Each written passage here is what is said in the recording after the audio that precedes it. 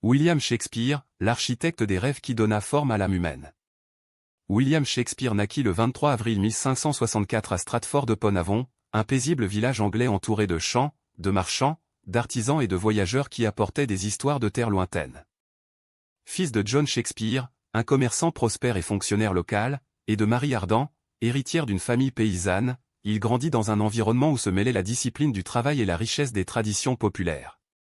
Dès l'enfance, il montra une sensibilité particulière pour saisir les nuances de la vie quotidienne, les gestes des gens dans la rue, les conversations du marché, les petites joies et tensions qui animaient la vie provinciale.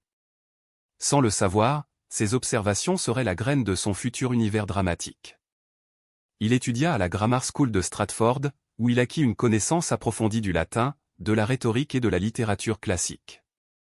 Là, il lut avec enthousiasme Ovide, Horace et Sénèque, dont les œuvres nourrirent en lui la fascination pour le drame, le mythe et la condition humaine. Mais son apprentissage ne se limita pas aux livres, il s'imprégna également des représentations théâtrales itinérantes qui visitaient le village, des foires où se mêlaient charlatans et marchands, et du tumulte de la vie populaire anglaise. Ce mélange d'érudition et d'expérience directe serait l'une des clés de sa grandeur. À 18 ans, il épousa Anne Hathaway, avec qui il eut 3 enfants. Peu après, ses traces disparaissent des documents pendant plusieurs années, une période connue comme « l'ère sombre ».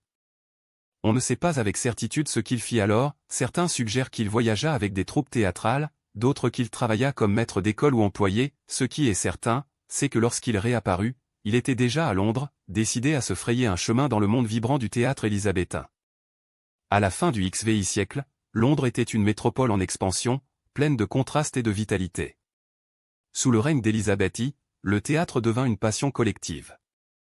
Les compagnies rivalisaient pour attirer le public, et de nouveaux théâtres comme The Theatre ou The Rose surgissaient pour répondre à la demande croissante de spectacles.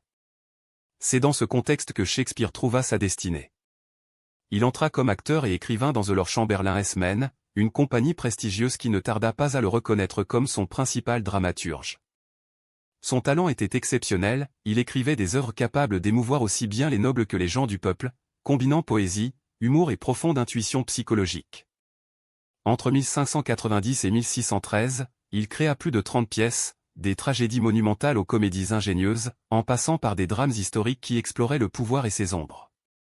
Dans Hamlet, il explora le doute existentiel, dans Macbeth, la destruction morale induite par le pouvoir, dans Othello, la force corrosive de la jalousie, dans Le Roi Lear, la fragilité de la vieillesse et des liens familiaux, et dans Roméo et Juliette, la passion qui défie la mort. Chaque œuvre révéla sa capacité à pénétrer les conflits intérieurs qui définissent l'être humain. Ces comédies, comme beaucoup de bruit pour rien ou La Mégère apprivoisée, montrèrent son talent pour l'esprit, le jeu verbal et la critique sociale dissimulée sous l'humour. On y trouve des déguisements, des quiproquos et des réflexions sur l'amour et l'identité, toujours avec un regard compréhensif envers les faiblesses humaines. Shakespeare savait passer de la profondeur tragique à la légèreté comique, et cette dualité constituait une part essentielle de son génie. En tant que poète, il atteignit un autre type d'immortalité.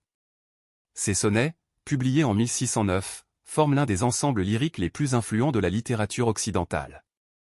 Il y réfléchit sur le passage du temps, la beauté périssable, le désir, la mémoire et la création poétique. Avec un langage musical et précis, il chercha à immortaliser l'éphémère et à explorer les recoins les plus intimes du sentiment humain. Sa relation avec le Globe Théâtre fut décisive. En tant qu'associé du théâtre, il n'écrivait pas seulement pour la scène, il comprenait comment les œuvres vivaient à voix haute, devant le public. Le Globe devint un lieu de rencontre entre toutes les classes sociales, un microcosme où toute l'humanité se voyait reflétée. Shakespeare comprit que le théâtre était un miroir, l'endroit où chacun pouvait se voir représenté, où les passions et contradictions se révélaient sans masque. Après l'incendie du Globe en 1613 et affaibli par des problèmes de santé, Shakespeare décida de se retirer à Stratford. Là, il administra ses biens, s'occupa de sa famille et écrivit quelques-unes de ses dernières pièces, marquées par une nouvelle sérénité.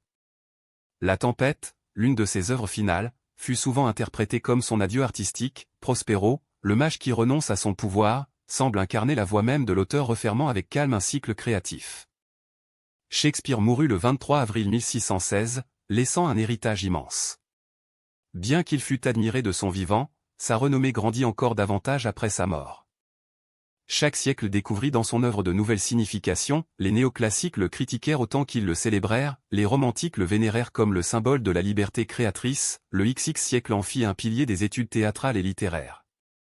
Aujourd'hui, il est joué sur tous les continents et traduit en des centaines de langues, preuve que son œuvre touche quelque chose d'essentiel et d'universel.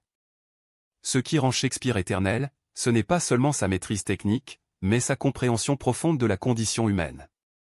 Il écrivit sur l'amour, l'ambition, la folie, la trahison, l'espoir et la peur avec une clarté qui transcende les époques et les frontières. Il nous enseigna que les êtres humains, malgré leurs erreurs et leurs fragilités, cherchent du sens, de la beauté et de la vérité.